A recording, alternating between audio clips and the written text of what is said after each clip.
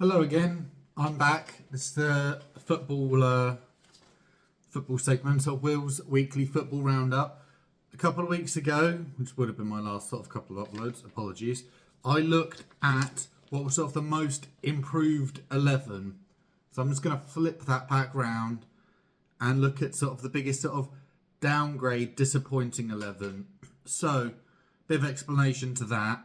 Sort of players would have been playing to a certain standard in the Premier League previous season, and they've not gone better, they've gotten worse. Sort of they're below expectations, what other people believe that the levels that they should be reaching, that they have sort of naturally been at for a long period of time.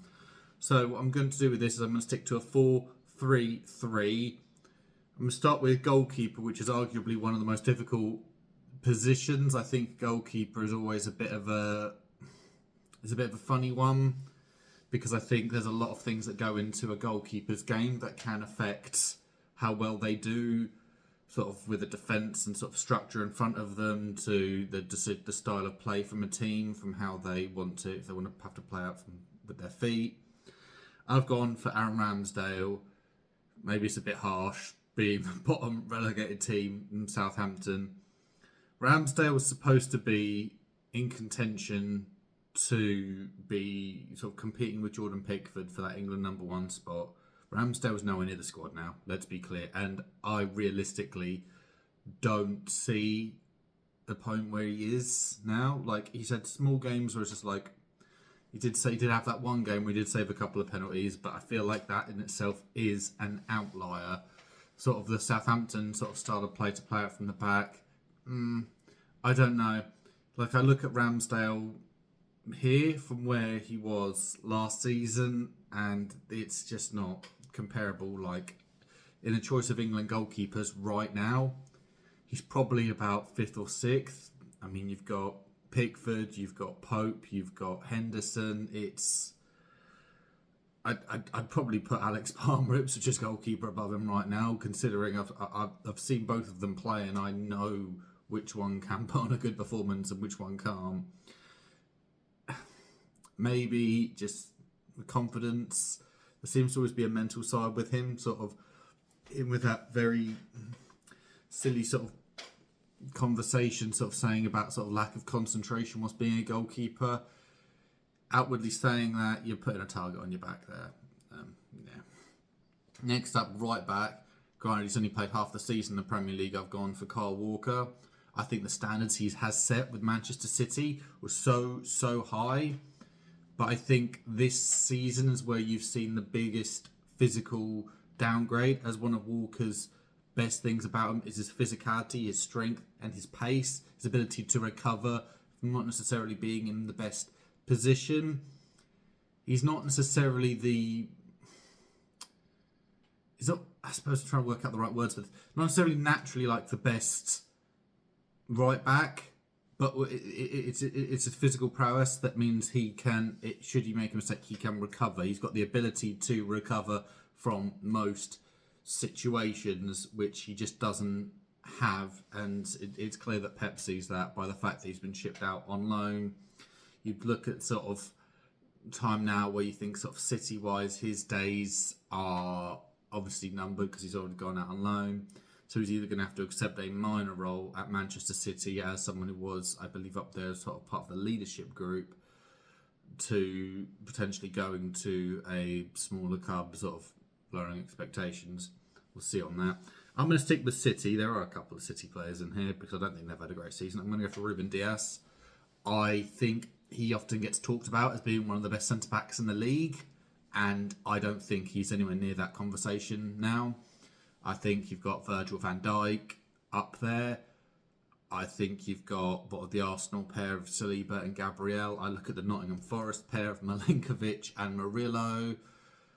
I could rattle off plenty of other centre-backs, to be perfectly honest, and I would put them above what Diaz's performances have been for City, because I think he's been an absolute rock in the multiple Premier League titles that they have won.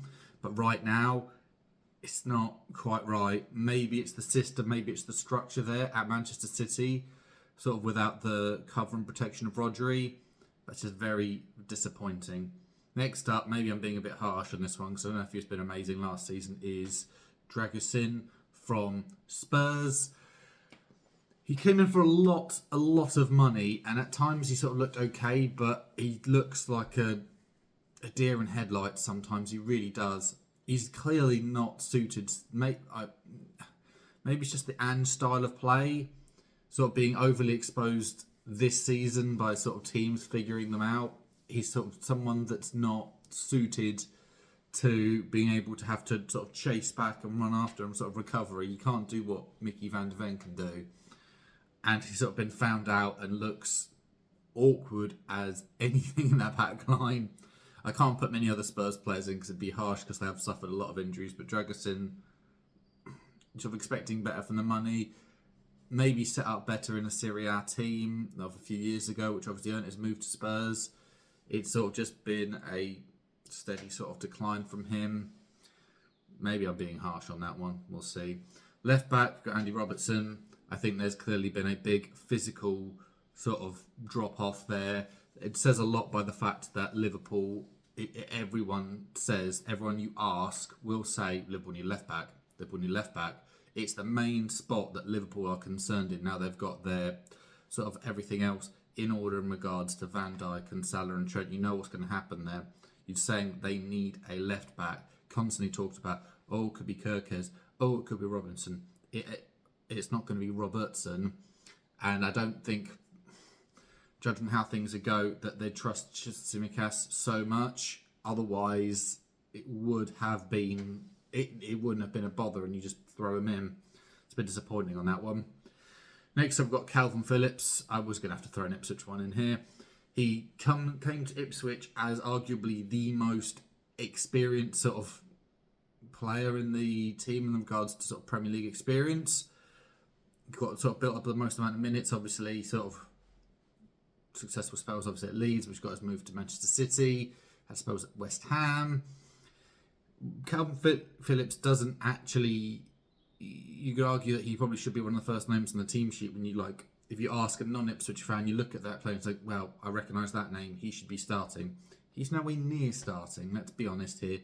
Got Morsey, Kajus, Jack Taylor, you've got all these other midfielders that you would be putting above him. This is someone supposed to be experienced, supposed to be bringing the level up from Ipswich from there to there, and it's not. And sort of, he's having odd games against sort of Bristol Rovers in the Cup, which is all well and good scoring there, but it's the league games that Ipswich sort of brought him in for, and he's just not lived up to that.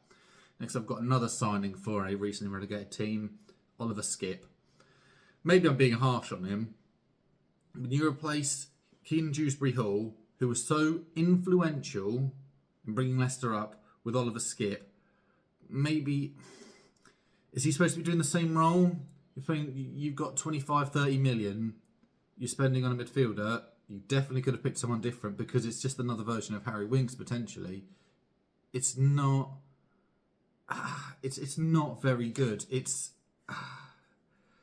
not going to produce the numbers. Maybe you sort of expect him to kick on a bit more, sort of being the main man. But it's just, I don't know what to say to that one. Going from ex-Spurs to current Spurs, I'm going James Maddison as sort of the other midfielder. I don't watch the overlap a lot, and I don't like Roy Keane, but one of his opinions, which I actually agree on, is James Maddison. He gets talked about in the same light as Odegaard, De Bruyne and Bruno Fernandes. Mate, you are levels and levels below that. When it comes to crunch time, he has not been there for Spurs. It's absolutely just sort of, just focus on your game, stop focusing on your celebrations and sort of just get on with just playing football. You have no right to celebrate as a player. You've got less right, sort of, when you're a team that should be aiming for Champions League and European places to a team that, let's be honest, could arguably have been in the relegation battle. He's so, and people talk about him for England, he's nowhere near England. The amount of attacking midfielders that have overtaken him in the pecking order is ridiculous. He's no way near the conversation. I think he wouldn't be in the top 50 players for England, in my opinion, sort of currently. Not consistent enough. He'll have one good game out of about 7 or 8. That's not good enough for someone who's supposed to be sort of providing the goal, like helping out with the sort of contributions to the goal, sort of assists and things like that.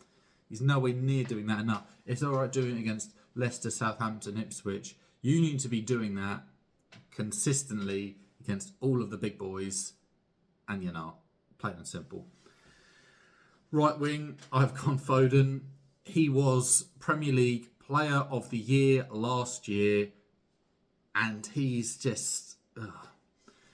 Every season, there is a constant talk of Foden. When's he going to step up? When's he going to fill De Bruyne's role? De Bruyne's leaving now. De Bruyne's been injured for good chunks of the season. He has not stepped up this season. You can argue he might have done last season with sort of the sheer amount of goals and assists as City rolled through into getting the title. He's so absent in games.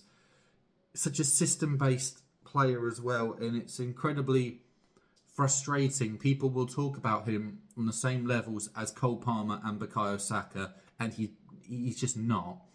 Those players, the Palmers, the Sakas, they grab the game by the scruff of the neck and they do something. Phil Foden cannot do that for City. I don't know whether it is a system-based thing or not.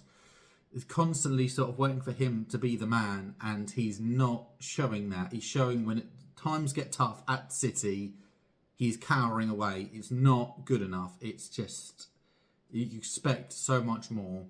Speaking of the player you expect so much more of, Rasmus Højlund as my striker, he has scored such big celebrations when he's on 2-3 goals, Premier League goals for the season. He actually, it's annoying because sort of last season there seemed to be sort of, okay, it's not been consistent, but he's gotten sort of 10-15 goals. Okay, good, something to build on.